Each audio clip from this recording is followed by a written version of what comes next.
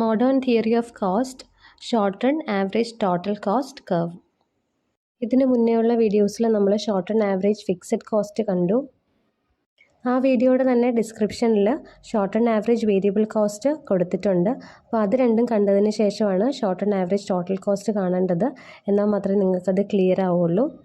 Traditional theory of കോസ്റ്റിൽ നമ്മൾ average total കോസ്റ്റിനെ ആവറേജ് ഫിക്സഡ് കോസ്റ്റും ആവറേജ് വേരിയബിൾ കോസ്റ്റും കൂടെ ആഡ് ചെയ്യുമ്പോഴാണ് കിട്ടുന്നത്. അതുപോലെ തന്നെയാണ് മോഡേൺ തിയറി ഓഫ് കോസ്റ്റിലും ആവറേജ് ഫിക്സഡ് കോസ്റ്റും ആവറേജ് വേരിയബിൾ കോസ്റ്റും കൂടെ ആഡ് ചെയ്യുമ്പോഴാണ് നമുക്ക് ആവറേജ് ടോട്ടൽ കോസ്റ്റ് കിട്ടുന്നത്. മോഡേൺ തിയറിയിൽ short run average total cost കർവിൻ്റെ ഷേപ്പ് എങ്ങനെയാണെന്നുള്ളത് നമുക്ക് താഴെ കാണുന്ന ഡയഗ്രം വഴി ഒന്ന് എക്സാമിൻ ചെയ്യാം. ആദ്യം ഡയഗ്രത്തിൽ എന്തൊക്കെയാണ് കാണിച്ചേക്കുന്നത് നോക്കാം. എക്സ് ആക്സിസിൽ ലെവൽ ഓഫ് ഔട്ട്പുട്ടാണ്, വൈ ആക്സിസിൽ കോസ്റ്റാണ്. ഇവിടെ മാർജിനൽ കോസ്റ്റും ആവറേജ് ഫിക്സഡ് കോസ്റ്റും ആവറേജ് വേരിയബിൾ കോസ്റ്റും കാണിച്ചിട്ടുണ്ട്. ഇവിടെ AFC എന്ന് പറയുന്ന കർവ് ഒരു ഫോളിംഗ് കർവായിട്ടാണ് കാണിച്ചേക്കുന്നത്. അതായത് ഔട്ട്പുട്ട് കൂടുന്നതിനനുസരിച്ച് ആവറേജ് ഫിക്സഡ് കോസ്റ്റ് കുറഞ്ഞു വരുന്നതാണ്. ട്രഡീഷണൽ തിയറിയിൽ പറയുന്നത് പോലെ ഇവിടെ AFC കർവിൻ്റെ ഷേപ്പ് എപ്പോഴും ഒരു റെക്റ്റാങ്കുലർ ഹൈപ്പർബോള ആകില്ല.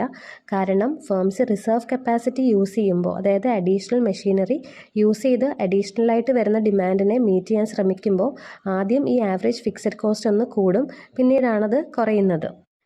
ഇനി അടുത്തത് SAVC കർവാണ്. Short run average variable cost കർവിൻ്റെ ഷേപ്പ് നമുക്ക് 3 സെഗ്മെൻറ്റ്സ് ആയിട്ട് തിരിക്കാം. ഒന്നൊരു ഫോളിംഗ് പാർട്ടുണ്ട്, ഒന്നൊരു കോൺസ്റ്റൻറ്റ് പാർട്ടും ഉണ്ട്, ഒന്നൊരു റൈസിങ് പാർട്ടും ഉണ്ട്. ആദ്യത്തെ സ്റ്റേജിൽ ആവറേജ് വേരിയബിൾ കോസ്റ്റ് ഫോൾ ചെയ്യുന്നതായിട്ട് നമുക്ക് കാണാം അല്ലേ. അതിന് 2 മെയിൻ റീസൺസ് ആണ് ഉള്ളത്. ഒന്നിൽ ഫേം അതിൻ്റെ ഫിക്സഡ് ആയിട്ടുള്ള ഫാക്ടേഴ്സ് ഏറ്റവും എഫിഷ്യൻ്റ് ആയിട്ടുള്ള രീതിയിൽ യൂട്ടിലൈസ് ചെയ്യുന്നത് കൊണ്ടാകാം, അല്ലെങ്കിൽ അത് എംപ്ലോയ് ചെയ്യുന്ന വേരിയബിൾ ഫാക്ടേഴ്സിൻ്റെ പ്രൊഡക്ടിവിറ്റി കൂടുന്നത് കൊണ്ടാവാം. ഇനി അടുത്തത് SAVC കർവിൻ്റെ ഫ്ലാറ്റ് സ്ട്രെച്ചാണ്. ഈ ഫ്ലാറ്റ് സ്ട്രെച്ച് കാണിക്കുന്നത് ഫേമിൻ്റെ റിസർവ് കപ്പാസിറ്റിയാണ്.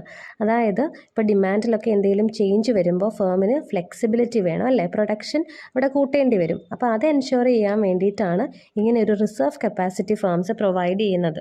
ഈ ഫ്ലാറ്റ് സ്ട്രെച്ചിൻ്റെ റീജിയണിൽ short run average variable cost എന്ന് പറയുന്നത് കോൺസ്റ്റൻ്റ് ആയിരിക്കും.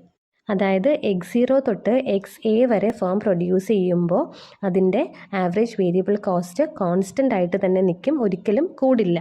ഈ ഒരു ഫ്ലാറ്റ് സ്ട്രെച്ചിന് വേറൊരു പ്രത്യേകതയും കൂടെ ഉണ്ട്. MC കർവും SAVC കർവും ഈക്വലായിട്ട് വരുന്ന റീജിയനാണ് ഈ ഫ്ലാറ്റ് സ്ട്രെച്ച് കാണിക്കുന്നത്. ഈ ഫ്ലാറ്റ് സ്ട്രെച്ചിൻ്റെ ലെഫ്റ്റ് സൈഡിൽ MC curve lies below the SAVC curve and to the right of the flat സ്ട്രെച്ചിൻ്റെ റൈറ്റ് സൈഡിൽ MC curve rises above the SAVC curve. ഈ ഫ്ലാറ്റ് സ്ട്രെച്ച് എൻഡ് ചെയ്യുന്നത് XA ലെവൽ ഓഫ് ഔട്ട്പുട്ടിലാണ്. അപ്പോൾ ആ ഒരു ലെവൽ ഓഫ് ഔട്ട്പുട്ടിന് ശേഷം ഫേം പിന്നെയും അതിൻ്റെ പ്രൊഡക്ഷൻ കണ്ടിന്യൂ ചെയ്താൽ വാട്ട് വിൽ ഹാപ്പൻ, SAVC കർവിൽ റൈസ്. നമ്മുടെ ആവറേജ് വേരിയബിൾ കോസ്റ്റ് എന്ന് പറയുന്നത് റൈസ് ചെയ്യും. ആ സമയത്ത് MCയും കൂടുന്നതായിട്ട് നമുക്ക് അവിടെ കാണാം. ഇനി നമുക്ക് ATC കർവിൻ്റെ ഷേപ്പ് എങ്ങനെയാണ് വന്നേക്കുന്നത് നോക്കാം. ATC കർവ് ആദ്യം കണ്ടിന്യൂസ് ആയിട്ട് ഫോൾ ചെയ്യുന്നതാണ് കാണിച്ചേക്കുന്നത്. അതായത് up to the level of output XA എന്ന് പറയുന്ന ലെവൽ ഓഫ് ഔട്ട്പുട്ട് വരെയാണ് ATC കർവ് ഫോൾ ചെയ്തേക്കുന്നത്. അതായത് ആ റിസർവ് കപ്പാസിറ്റിയുടെ റീജിയൻ അവിടെ എൻഡ് ചെയ്യാണ്. നമ്മൾ SAVCയുടെ കാര്യം പറഞ്ഞതുപോലെ തന്നെ beyond that level of output, ആ ഒരു ലെവൽ ഓഫ് ഔട്ട്പുട്ടിന് ശേഷം ഫേം അതിൻ്റെ പ്രൊഡക്ഷൻ കണ്ടിന്യൂ ചെയ്താൽ SATC വിൽ ബി റൈസിങ്. ഈ ലെവൽ ഓഫ് ഔട്ട്പുട്ട് XAയുടെ റൈറ്റ് സൈഡിൽ നോക്കിയാൽ അവിടെ ആവറേജ് ടോട്ടൽ കോസ്റ്റ് കർവും MC കർവും ഇൻ്റർസെക്റ്റ് ചെയ്യുന്നതായിട്ട് കാണാം. It intersect at the minimum point of average total cost curve. Average total cost കർവിൻ്റെ മിനിമം പോയിൻറ്റിലാണ് MC ഇൻ്റർസെക്റ്റ് ചെയ്യുന്നത്.